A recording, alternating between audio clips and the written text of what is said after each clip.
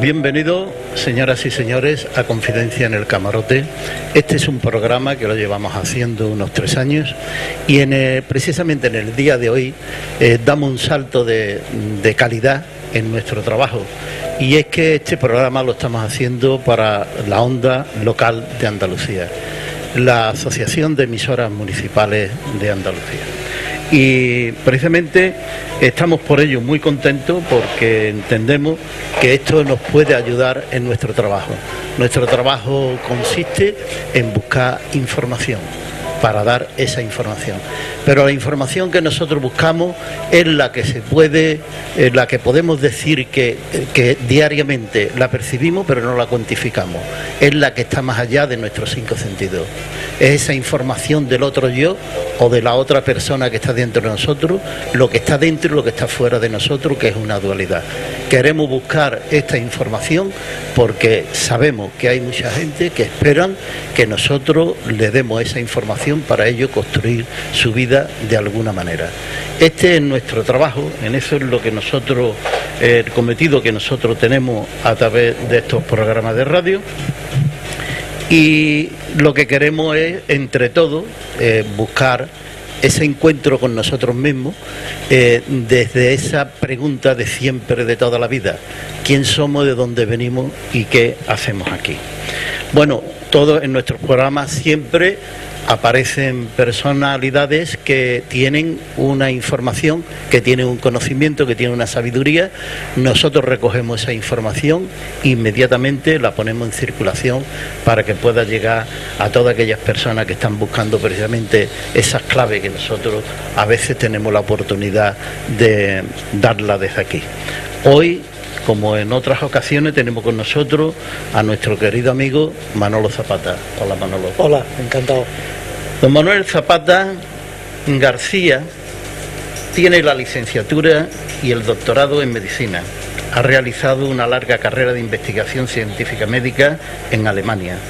Es especialista en inmunología y hemogenética. Es máster en astromedicina y astrología psicológica. Máster en terapias regresivas y terapias en estados alterados de conciencia, el trance hipnótico. Usa la práctica y la enseñanza de la terapia sistémica familiar y le agrada trabajar sobre la medicina del alma. Participan en este programa, como en otros programas nuestros, nuestros colaboradores habituales. Es María José Rodríguez, periodista y directora de Ahora Radio. Hola, María Hola. José. Teresa Dugo, profesora y secretaria de Partenos. Buenas. María José Pineda, psicóloga. Hola, buenas noches. Ana María García, profesora. Hola, encantada de estar aquí. Concha Reina, estudiosa de los asuntos esotéricos. Hola, buenas noches. Y Lucy Cordana. Y Hola. Saludamos también a Irra, que es el que lleva, nuestro compañero que lleva los temas de control y sonido y todo lo que está relacionado con la técnica del sonido. Bueno, pues inmediatamente nos vamos a meter en faena, amigo Manolo. Cuando quieras. Y la primera podría ser, pero ¿es verdad o no es verdad que existe la reencarnación? Esa es la pregunta del millón. Sí. Yo personalmente creo que existe la reencarnación, pero es algo que no podemos demostrar. Lo mismo que no podemos demostrar la existencia del alma, aunque todos estamos convencidos de que el alma existe prácticamente, prescindiendo de los materialistas agnósticos. Yo pienso que la reencarnación, si se mira su historia, si se mira el proceder de ella, yo creo que está científicamente incluso demostrada. Lo que pasa es que nosotros nos movemos en un ambiente, en una religión que se decidió hace varios siglos a negar la reencarnación, porque todas las demás religiones, prácticamente sin excepción, aceptan que nosotros evolucionamos a través de diferentes vidas. Solo la religión católica dice que no, que nosotros nos lo jugamos todo a una carta.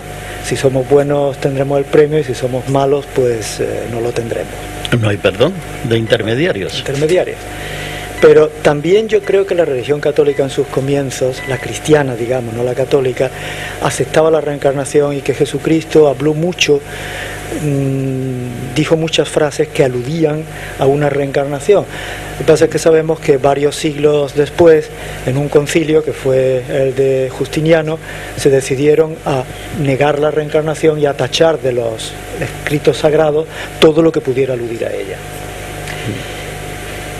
Si sigo hablando, yo creo que la reencarnación está tan demostrada o tan poco demostrada como otras muchas cosas. ¿Qué significa demostrada? Cualquier cosa, desde el punto de vista científico, que creemos demostrada, parte siempre de un axioma, de un postulado no demostrado, de un principio que no tiene demostración. Y el mejor ejemplo lo tenemos en la física. Nadie va a negar que la física nos sirve para movernos en el espacio, para aclarar muchos problemas, pero sin embargo, vamos a suponer que partimos de la estabilidad de la materia. La física convencional parte de la estabilidad de la materia. Todos los principios de la física convencional se demuestran si partimos de que la materia es estable. Pero últimamente viene la física cuántica y nos dice que la materia no es estable, con lo cual todos los principios de la física convencional no tienen justificación. Quiero decir, si nosotros partimos de que la materia es estable, la física convencional es cierta. Si partimos de que no, tampoco está demostrada la física convencional. Y lo mismo pasa con la reencarnación. Es curioso, ¿eh? Sí. Pero algunas veces en estos programas hemos recurrido al Maestro Jesús como... Bueno, nosotros entendemos que fue algo más que esa persona que encontramos reprimida en una cruz, sino que fue alguien que dijo cosas muy importantes. Y en el Evangelio de Tomás, precisamente, hace una revelación que tiene que ver con la reencarnación, que dice, si os preguntan quién soy, decid que procedéis de la luz. Allí donde la luz ha evolucionado sobre sí misma y se ha convertido en lo que somos nosotros. Para eso hay que hacer reencarnaciones durante millones de años. Exacto. Yo creo, precisamente, vamos a hablar de el postulado o el axioma que nos puede hacer llevarnos a para qué sirve una reencarnación, qué es lo que se persigue o qué plan divino hay detrás de una reencarnación. ¿Qué práctica tiene eso? ¿Qué práctica tiene eso? Vamos a partir de una base, el postulado no demostrable. En un principio existía la unidad, Dios era uno y en un momento dado se decidió a dividirse en dos. Creó la materia y creó el espíritu, que si volvemos a la física cuántica actual, hay una película ahora que está circulando por los cines que se llama ¿Y tú qué sabes?, donde la física cuántica llega al espíritu. Entonces, al crear la materia y el espíritu, el espíritu sería la energía y la materia es la concreción de esa energía. Quiere decir que lo mismo puede la energía convertirse en materia que la materia convertirse en energía. Exactamente. Entonces, para que la materia pueda comunicar con el espíritu, necesita un puente de conexión, y ese sería el alma. Con lo cual tenemos los tres principios, ese sería el postulado de que el ser humano se compone de cuerpo, alma y espíritu. Y el alma es necesaria mientras el espíritu se esté reencarnando en diferentes cuerpos materiales. Eso quiere decir, ¿qué significado puede tener esto? Pues que el espíritu haga una evolución a través de las experiencias en la limitación de la materia. Eso nos lleva a trabajar el bien, a trabajar el mal, a trabajar el ser víctima, a trabajar el ser perpetrador, a trabajar todos los aspectos en las diferentes vidas. Pero aquí hay un principio del que yo estoy puramente convencido y voy a hablar de lo que se llama el karma. Para mí el karma no es algo que nos impongan como castigo, porque yo creo que hay un principio fundamental en el mundo espiritual y es el libre albedrío. Yo estoy convencido de que yo como espíritu decido la experiencia que quiero hacer en la siguiente encarnación. Claro. No es algo que me imponga a nadie. Si yo he sido muy malo en una encarnación anterior, malo entre comillas, tengo la sensación de que en la siguiente vida tengo que ser muy bueno. Si he sido muy bueno, quiero saber qué se experimenta siendo malo, porque el sentido de esto es que experimentemos todo esto para llegar otra vez a la unidad de Dios. Una especie de perfección, ¿no? con unas experiencias nuevas, con un proceso de aprendizaje. A través de ese proceso de aprendizaje hemos evolucionado. Y Manolo, otras religiones sí aceptan el tema de la reencarnación. Yo no conozco prácticamente ninguna que no lo acepte.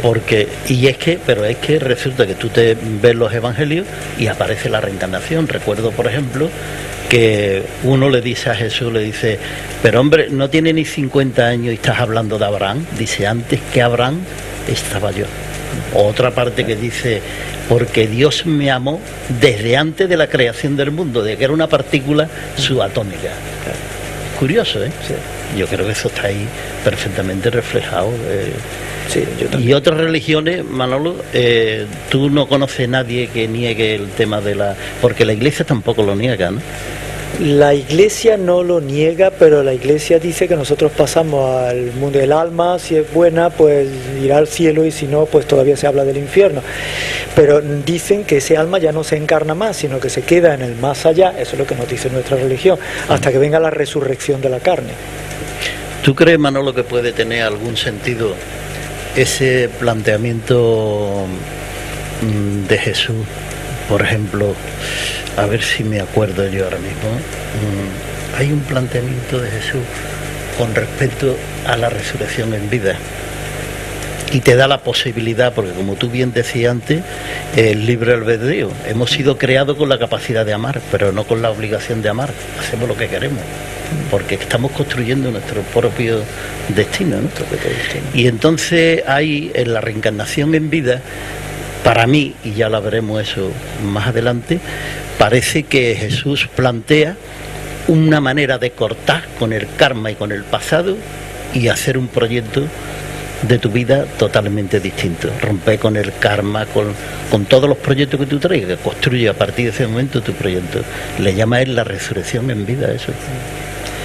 Posiblemente puede tener que ver lo que otras religiones llaman la última encarnación, en que la última encarnación ya la persona no muere, sino prácticamente se transforma en la otra dimensión, se transforma en el mundo espiritual y se lleva la matriz de lo que fue. Sin morir físicamente. Sin morir físicamente.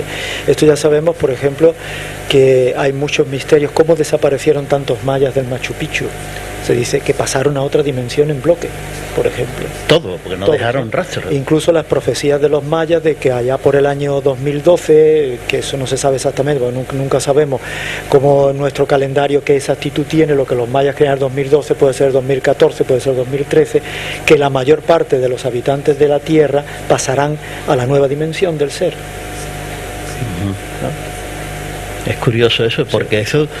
que hace ya no sé qué tiempo haría que esto lo han planteado esas civilizaciones, pero en nuestra cultura religiosa aparece todo eso, sí, de alguna manera. Lo que pasa es que tienes que interpretarlo, claro, tienes que interpretarlo. Yo tenía aquí una pregunta de cómo se puede usar la reencarnación como forma de terapia, ¿no? Sí, precisamente a través de eso fue como yo llegué a la reencarnación. Yo hice mi formación en terapia regresiva, en terapia de reencarnación, y la historia de la reencarnación como forma de terapia se remonta prácticamente al siglo pasado.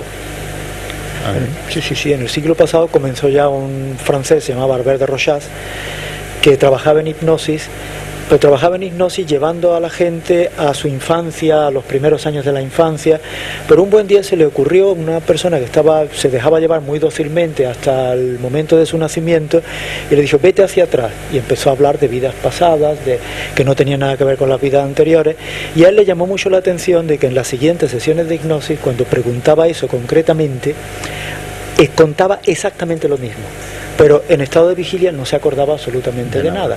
Entonces él escribió un libro que se llamaba Las vidas consecutivas, que lo publicó poco antes de la Guerra Mundial, de la Segunda Guerra Mundial, y claro, con las cosas de la guerra se olvidó. Y fue después allá por los años 50, cuando un multimillonario americano, que era muy amigo de la hipnosis, pues se llamaba Maury Bernstein, por si alguien lo quiere investigar, pues empezó a realizar regresiones. Trabajaba con un medium que se llamaba Virginia, un apellido no importa, y la mandó a una vida pasada. Y esta mujer de pronto contó una vida en Checoslovaquia, en la antigua Checoslovaquia, donde, con datos muy concretos de un delito muy gordo que se había cometido allí, de casos de asesinato. Y entonces este hombre, como era multimillonario, esta mujer no había salido nunca de Estados Unidos en su vida, nunca había abandonado Estados Unidos, ¿no? Entonces él se fue allí a Checoslovaquia, investigó en la historia y se encontró con la sorpresa de que la tal Ruth Simmons, que era el nombre que ella tenía, había existido y que efectivamente ese delito había ocurrido, que había estado en la cárcel por un asesinato que no cometió y todo esto. Entonces este hombre dijo, bueno, pues entonces, si ya no está demostrada con esto la reencarnación, ¿qué es lo que va a estar demostrado? Y publicó un libro que se llamaba Protocolo de un Renacimiento. Este libro levantó una polvareda en todo el mundo enorme. Entonces empezó todo el mundo a querer hacer experimentos hipnóticos, pero hubo un psiquiatra americano que era catedrático de la Universidad de Virginia, precisamente del estado de Virginia, catedrático de psiquiatría, y este dice, pues yo voy a intentar esto también. Y se dedicó a mandar a gente a vidas pasadas y a intentar después demostrar que esas vidas pasadas verdaderamente habían existido. Y entonces hizo protocolos de aproximadamente cerca de 2000 casos de reencarnación demostrados. Y lo publicó bajo el título de Reencarnación, el hombre en el ciclo de la muerte y el renacimiento.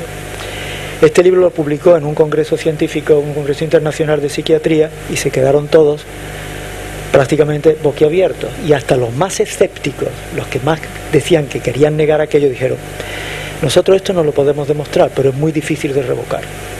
Este libro prácticamente lo podéis conseguir en la Casa del Libro. Los trabajos de Stevenson son interesantísimos y son protocolos que demuestran científicamente que nosotros por lo menos somos capaces de transportarnos a vidas pasadas que han existido. ¿Y por qué nosotros tenemos ese conocimiento si no hemos sido los espíritus o las almas encarnadas en esas vidas pasadas? Vamos a continuar con este tema, pero sí, vamos a hacer una pequeña interrupción para poner un tema musical y continuamos a continuación. De acuerdo. El camarote con el doctor don Manuel Zapata hablando del tema de la reencarnación, y vamos a continuar, pero le vamos a preguntar a nuestras colaboradoras si alguna quiere participar, alguna quiere hacer alguna pregunta, ¿vale? De acuerdo. Sí, yo quería preguntarle a Manolo qué importancia o hasta qué punto la terapia regresiva ayuda a conocernos y para qué. Porque no sé yo para qué van algunas personas a hacer esa terapia. Sí. Vamos a ver, la terapia regresiva es una forma de terapia que, como todas las psicoterapias, usa como fuente de proyección, el tema de vidas anteriores. Lo mismo que la terapia gestal utiliza el cuerpo, la terapia, otras utilizan los sueños, ella utiliza esto. Entonces, para hacer una terapia regresiva no hace falta ni creer ni no creer en la reencarnación, no tiene absolutamente nada que ver. Ni importa, porque la típica pregunta del que hace una terapia regresiva es, ¿esto que yo he contado en trance ¿es una vida real o es una vida inventada? No tiene absolutamente ninguna importancia eso en la terapia regresiva. Es lo primero que se le dice a cualquier paciente. ¿Qué intención se persigue en la terapia regresiva? Yo creo que a través, si pensamos y aceptamos ese postulado del principio de que nosotros evolucionamos a través de diferentes encarnaciones, quiere decir que nosotros somos repetidores de asignaturas que hemos suspendido en vidas anteriores. Quiere decir que posiblemente yo en esta vida tengo los problemas que yo he elegido es confrontarme con una serie de temas que no he conseguido solucionar en vidas anteriores. Si entonces yo llevo a esa persona a una vida anterior, por ejemplo, con el tema culpa, si es una persona que se siente culpable de algo, una persona que se siente víctima, y me lo llevo en una vida anterior a otras vidas anteriores donde también ha sido víctima, va a aprender a ver de forma relativa el ser víctima en esta vida y va a poder solucionar su problema. Si alguien, el problema, por ejemplo, que esto es, como ya hemos en otros programas que hemos hablado de las constelaciones abordan el mismo tema desde otro ángulo. Y a través de la terapia regresiva se intenta que nosotros aprendamos a comprender por qué nos confrontamos con una serie de problemas en esta vida, lo cual nos ayuda a solucionar esos problemas y a verlos de forma más relativa. Manolo, que quizá esos son los problemas que nosotros hemos elegido para esta vida. Exactamente. Para ir superando, ¿no? De eso estoy yo plenamente convencido de que es así. Que nosotros, además lo han dicho ya filósofos muy célebres como por ejemplo Goethe y Schiller, son dos filósofos de los más escritores y filósofos de los más importantes de este siglo. Dijeron, por ejemplo, Schiller: ¿de qué os quejáis? Lo habéis elegido vosotros.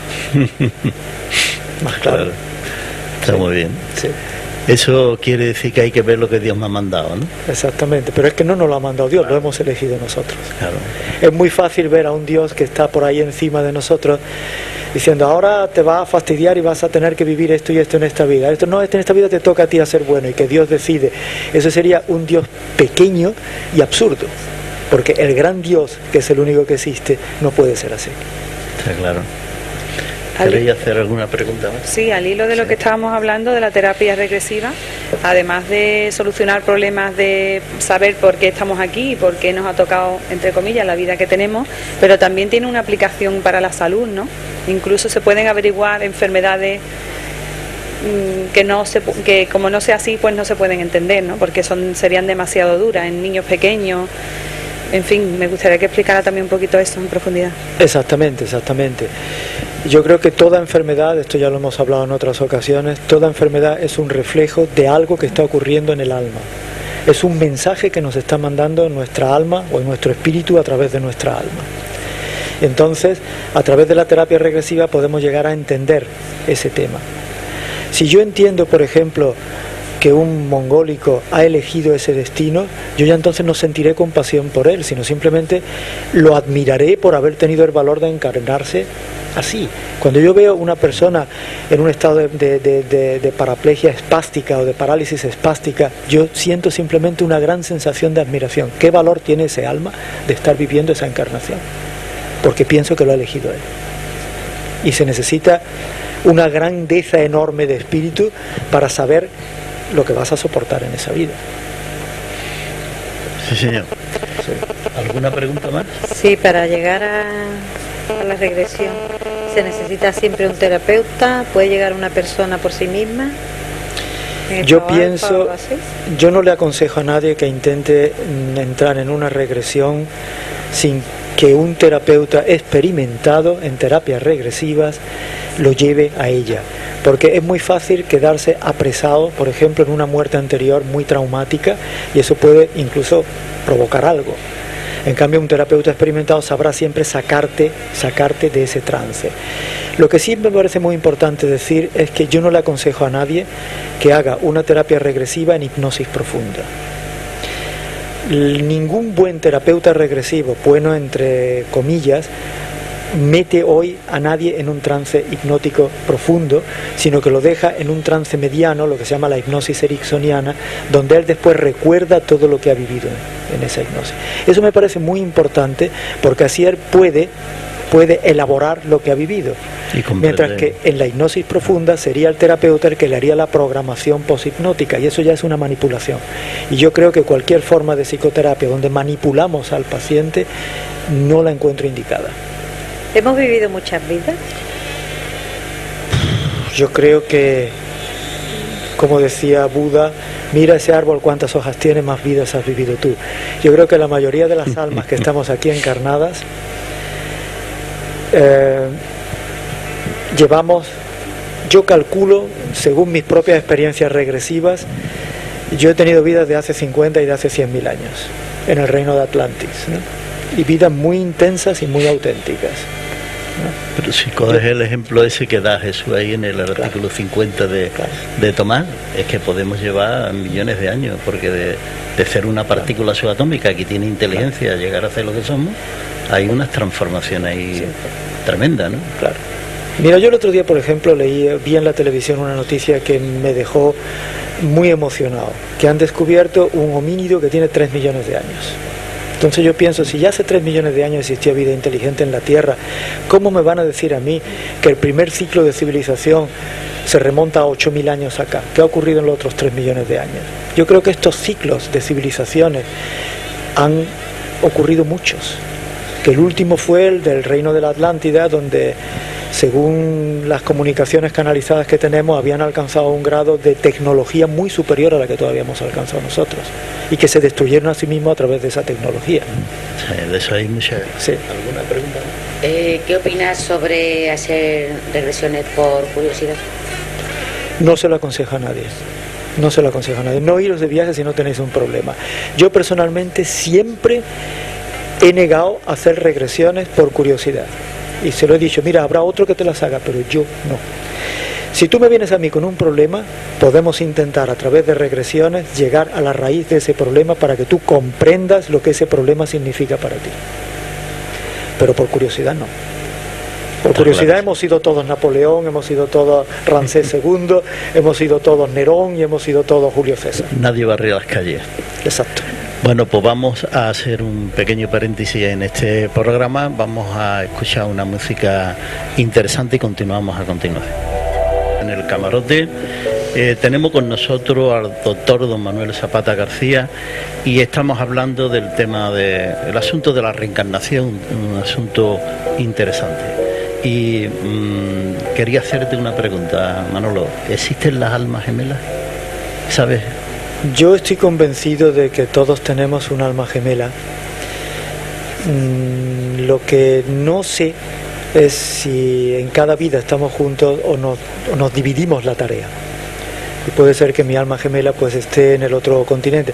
La idea de alma gemela no es que tengamos que estar con ellos, sino simplemente que los dos tenemos la misma misión prácticamente. Los dos nos tomamos los temas en diferentes puntos de la Tierra. Incluso hay una teoría que dice que Dios nos dividió el espíritu en dos con el objeto de que nos encontremos. Muy difícil de saber. No tiene eso una explicación lógica, ¿no? No. Es una cosa que no tiene mucho sentido, me parece. No. Oye, y otra pregunta que tenía aquí prevista. ¿Es verdad que normalmente repetimos con algunas personas en nuestras regresiones, en nuestra reencarnación? Personas queridas, personas con las que tenemos vinculación, nuestros padres, nuestros hermanos.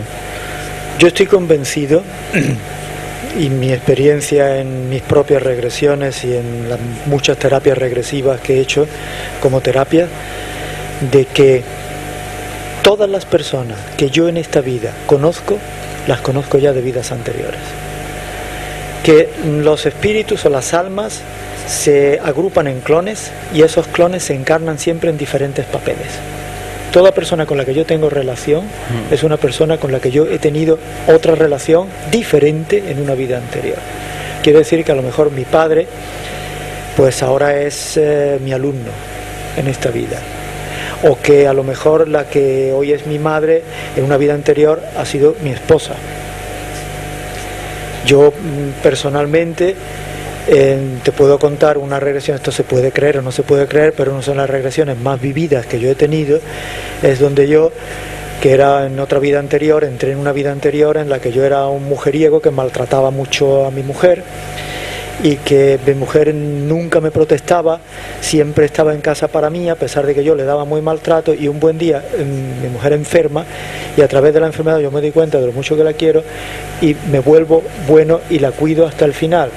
Pues entonces el terapeuta regresivo, el que me hizo la regresión, que era mi maestro en regresiones, me preguntó, porque eso se hace con mucha frecuencia en la terapia regresiva, al final de la regresión tú preguntas, ¿puedes reconocer a esta alma que en esta vida anterior fue tu esposa, a alguien de esta vida? Y reconocí a mi tía abuela, que fue mi madrina y fue mi protectora en esta vida. Oye, ¿y tiene que ver, tuve alguna aproximación entre este planteamiento de la reencarnación, por ejemplo, y la constelación del familiar como una familia común, como un todo unido que hace también sus regresiones colectivas? Yo creo que sí. Vamos a ver, el tema de las constelaciones familiares ya lo hemos tratado en problemas anteriores y ya vemos cómo generaciones futuras, miembros de generaciones futuras, entran en el papel de alguien de una generación anterior. A lo mejor desde el punto de vista de la reencarnación se dice, es que es el misma alma que estuvo encarnada, que se va encarnando hasta que se solucione ese problema. puede ser. O sea que se repite esa persona. Se repite el ciclo. No lo podemos demostrar, no lo sabemos. Hellinger ya sabes que es el creador de las constelaciones familiares, es un hombre que por su historia de sacerdote católico no le gusta hablar de reencarnación. Él no quiere hablar de reencarnación, por consiguiente, esa pregunta posiblemente alguien la abordará algún día, pero hasta ahora no se ha abordado. Sí, pero tú todavía. como científico y como investigador del tema de las constelaciones familiares, yo veo difícil que una familia que es una cosa compacta, se puedan los distintos elementos de la familia volver a reencarnar todos en el mismo ámbito, ¿no? Yo creo que cambiamos de familia. Cambiamos, ¿no? Pero en estos casos en los que repetitivamente ocurre un fenómeno en una familia, es posible que se trate de una reencarnación repetida de la misma alma. Es posible, entra dentro de lo posible.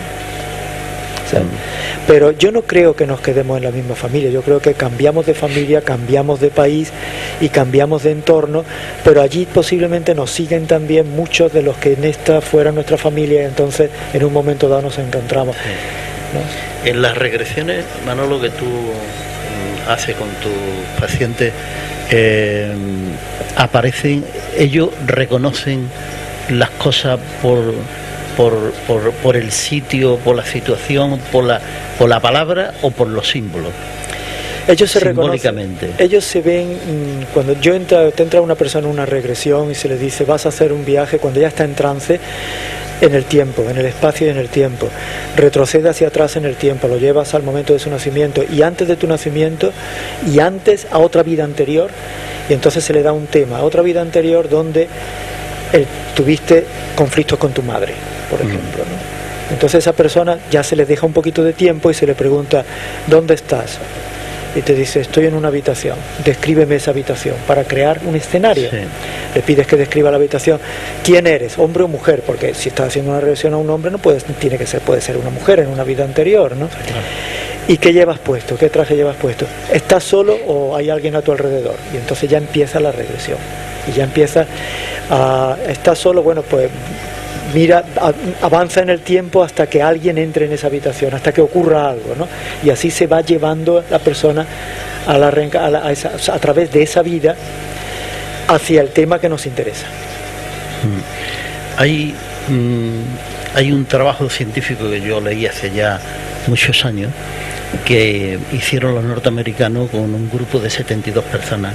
Le hicieron regresiones hipnóticas a las 72 personas en distintos sitios, no sé si conoces ese trabajo, pero hay un proceso donde están en la barriga de la madre, están en otro ámbito después de la muerte y después de la muerte y el nuevo nacimiento, antes del nuevo nacimiento, y parece ser que las personas o las entidades, como queramos llamarle, eligen los padres donde van a hacer ellos su experiencia, porque son personas adecuadas para la experiencia. ¿Eso tiene tu información práctica de eso?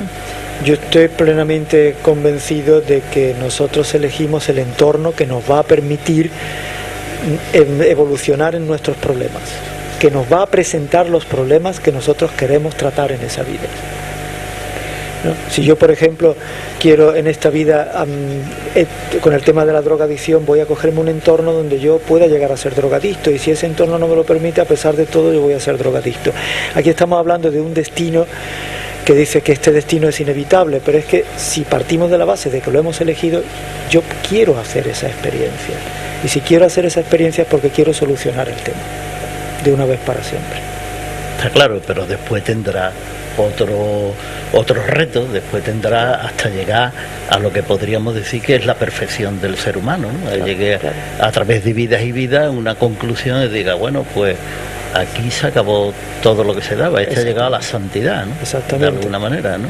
Que somos todos, dice, yo estoy convencido y que todos nosotros tenemos nuestros guías espirituales, que son, no estoy hablando de ángeles, estoy hablando de entidades, como tú dices, que han terminado su ciclo de reencarnación, pero que en una última vida que tuvieron contigo, te dieron la palabra de que se quedarían contigo hasta que tú terminaras tu ciclo, independientemente del tiempo que durara, porque para un espíritu no existe el tiempo.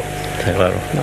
Yo personalmente, a través de mis regresiones, esto lo podéis creer o no, pero yo conozco a mi guía espiritual, que fue la última vida que tuvimos conjunta fue en un templo budista en Tailandia, que yo sé dónde está, aunque nunca he estado en Tailandia, y estoy seguro que el día que vaya a Tailandia voy a irme derechito allí, lo voy a encontrar, porque sé exactamente hasta el camino. Y él me dijo en ese momento: esta es mi última vida, cuando yo me despedí de él, yo ya no me voy a volver a encarnar, pero me quedaré contigo hasta que tú termines tu ciclo. Es curioso, ¿no? Y en las regresiones que tú haces a tus pacientes, ¿hablan ellos de esas entidades que le pueden llamar ángeles o no? ¿Protectores? Sí. ¿Realmente tenemos ángeles protectores? Tenemos ángeles y tenemos guías espirituales. Yo creo que no tenemos que confundir, aclarando terminología. Un ángel es una entidad que se ha quedado en el mundo espiritual y que nunca se ha encarnado, aunque hay encarnaciones voluntarias de ángeles. Incluso a través de las terapias regresivas se llega a la conclusión de que todos los mongólicos son ángeles encarnados, que no conocen más que el amor, porque los niños mongólicos están en el amor, no hacen otra cosa más que amar, ¿no? Son seres muy dulces, muy espirituales, pero son encarnaciones, digamos, esporádicas, mientras que los guías espirituales han pasado por ese ciclo largo de muchísimas, de innumerables encarnaciones, y en un momento dado han dicho: yo creo que yo ya he evolucionado lo suficiente, yo ya me paso al mundo espiritual a servir de guía a los que todavía están en o sea, no vuelvo a reencarnar más. Pero guía espiritual para mí significa alguien que está a mi lado, que de vez en cuando me advierte de algo, pero que nunca interfiere en mi actuación. Él me avisa, te deja que tú uses tu libre albedrío. Pero si yo me quiero caer al abismo, va a dejar que me caiga. Nunca va a sujetarme para que no me caiga. Él me va a mover, me dice: cuidado que te vas a caer al abismo. Pero si yo, a pesar de todo, decido dar el salto al abismo, él no lo va a impedir. Es curioso, ¿eh?